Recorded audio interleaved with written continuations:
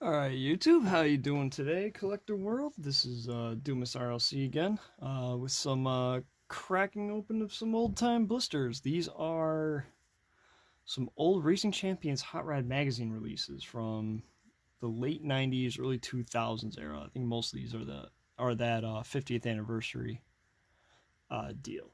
But this line was, I remember when these came out, I think they were maybe like $3 or $4 in the store at the time. And this is the late 90s. And I had picked up a bunch at the time. Not many, but it was just one of those lines that it was there. They were kind of neat. I just didn't really get them because they were more than $1. Um, but right now, I've kind of gone back to pick up a bunch of ones that I've either looked back and kind of want again, or just the ones that I think are neat. I don't get all of them. It's mostly like the ones that are done up as dragsters. So those are primarily the ones I'll end up getting. Um, I have picked up a bunch over the last year and a half or so, and they're actually generally these do not sell for a lot of money, so they're actually pretty cheap to obtain nowadays. Like any of these, they're no more than what they used to cost at retail back in the day. Um, like I think all of these came in one shot, and I think I got all 8 of these for like $40 shipped. So it really wasn't not a bad deal at all. Um, so without any delay, we'll get to it. It's a 63 Plymouth. 63 Plymouth. Um, Always liked this body style of the Plymouth and Dodge of the early '60s. Ever since I was a kid, especially the Plymouth like this one. Um, just not sure why. I just always was drawn to the bodies of these. I always really liked the front ends for some reason. Okay, yeah. So, the one bummer about this casting is that, unlike a lot of these, it's not an opening hood. So it's just solid body, nothing, not very, no frills at all with this one. I think it was mostly because I want to say it was primarily used for NASCAR replicas or something like that. But either way, I have a few of these. Not obviously not the white one. This is the first one of this white one I've had. They all have the nice big meat slicks in the back for pro street racing and all drag street racing. So nice clean white, the Hot Rod 50th anniversary logo. Just kind of a little bummed about that, but quality on these was never overly. I am low on the camera. Quality on these was never great, I would say. They're serviceable. So it's sometimes a crapshoot when you go to buy these online nowadays, but I don't mind it. 68 Plymouth Roadrunner, another one. I had a few of these. I had 2 black ones early on when the mirror busted on this one. I had 2 black ones, one with flames, one with just some stripes on it. That was from back around the same time. So yeah, this one paint quality is usually not great, and I have a feeling that's mostly why these don't command a lot of price. See some cracking in the paint there. That's not unusual. How they were like that you can find them in the store with the cracks in the paint like that. But this one is not becoming what many probably would call a crumbler per se. Is like where the metal, like just the quality of the metal just fades over time. It actually, like, the bodies literally start to crumble away. Hot Wheels collectors, especially the old school ones, would probably understand what I'm talking about with that. Because I believe it was the 71 or 1972 Hot Wheels. There was a lot of them that would end up basically like the body or the base would literally just erode away over time. Just metal fatigue over the years. But some of these Racing Champions ones, they do suffer from that. I think it was a lot of the stock cars do, and I know some of the Hot Rod magazine releases have that problem as well. the cracking paint like that is not always an indicator of it. You would literally look right here on the bottom edge of the body, and you would literally see it separating from there, and that's when you would know you would have a bad one. There's a few releases from Racing Champions. Have not seen one that's not a crumbler on eBay yet, so I will probably never end up getting one of them. 86 El Camino SS. I have a light blue and dark. It's like two-tone, light blue and dark blue. Dragster like this, with obviously with the big wheels in the back too. That one doesn't have the quarter-mile time on the windshield though. That was another neat thing about these. Like when they were done with dragster, sometimes you would see that they would write in the like what they might hit on the quarter mile or something like that.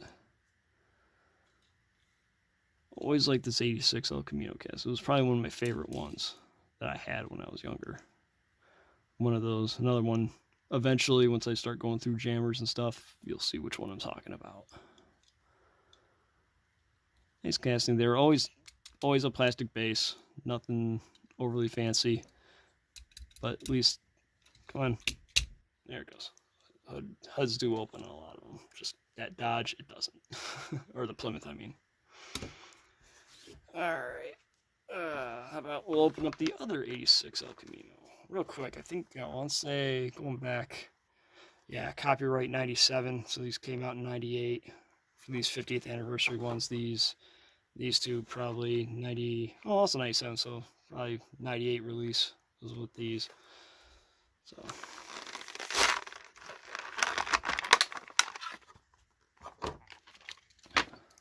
Oh, this one's also got the 50th anniversary logo. I didn't realize that at first. So I know that another one, it's got the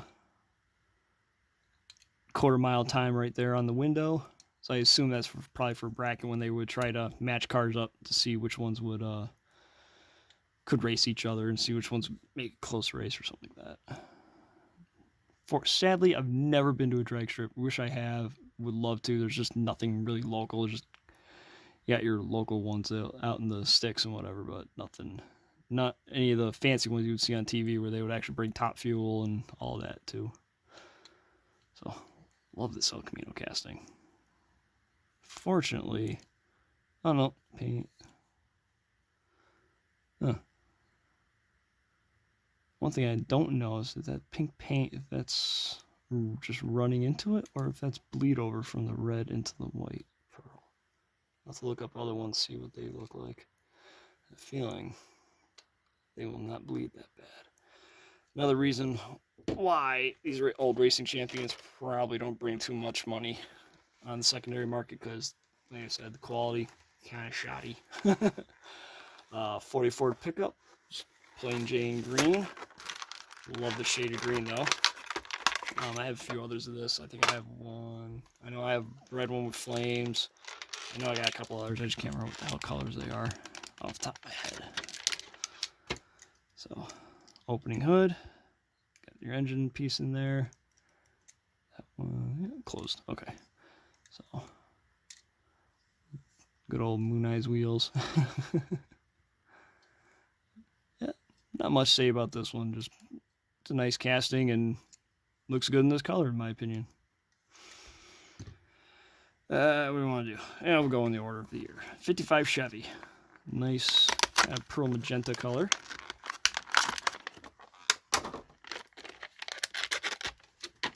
So.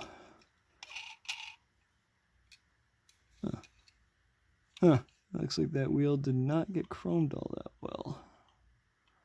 Oh shoot, I'm off camera again. I gotta pay more attention to the camera screen when I'm doing this, huh? So, nothing, just neat casting. Hopefully, will the hood open back up? Maybe. Yeah, I'll fiddle with that later.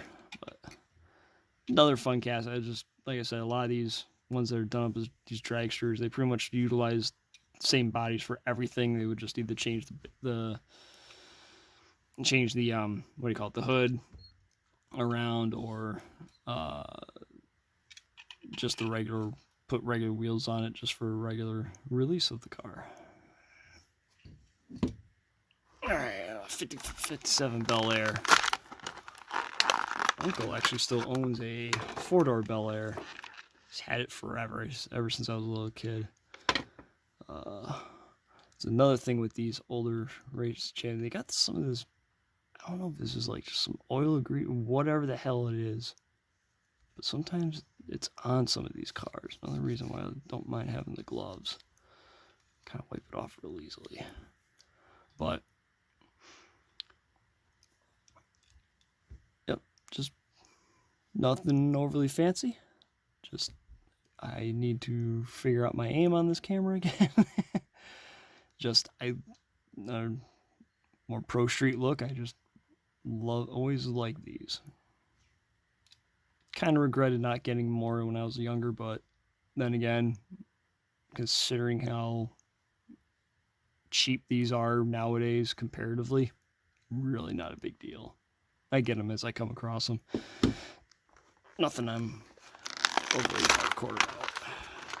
Lastly, a black 63 Corvette. Way out of scale compared to everything else, of course. Just like, yep, more of that liquid or something. I know some people brought this up on the Redline Club boards recently. Because I guess some have noticed that the ones that they've received have had some sort of oily substance on their cars. I know some of the Green Willis Jeep, the rock crawler one, some said that theirs had that on it. Mine didn't have anything like that on it, luckily. Neither did the red one. But anyway, this is so ridiculously out of proportion. Because there's no way in hell a real Corvette is that size compared to a Roadrunner. And I'm off camera again. So, but yep, just a quick look at some old Hot Rod magazine releases from Racing Champions. I have another box with what they called the stock rods, which were cars that they did. They would sometimes, usually hot rods or hot rod versions, some were stock versions, but they would just have the deco of the actual NASCAR vehicles of the time based on. So if it was a Chevy Monte Carlo on track, it would have some sort of Chevy vehicle have the deco from a car. Because I know, like, I think it was one of these 57 Chevy has the old Morgan McClure Kodak number 4 colors. I have a couple 61 Impalas that are old Terry Labonte colors from when he ran the Kellogg's colors for Hendrick. So there's some Ford. They did a few Ford Mustangs with a bunch of the Roush Racing and other Ford teams. Cracking paint on that too. But like I said earlier, the body's not falling apart. And that's what I care about more with these. So, all right, just a quick look at those again. So hopefully, I don't know, maybe you'll take a gander and look on eBay and such for other ones, and I don't know, see if you're interested in any of these old releases. All right, take care, everyone. See ya.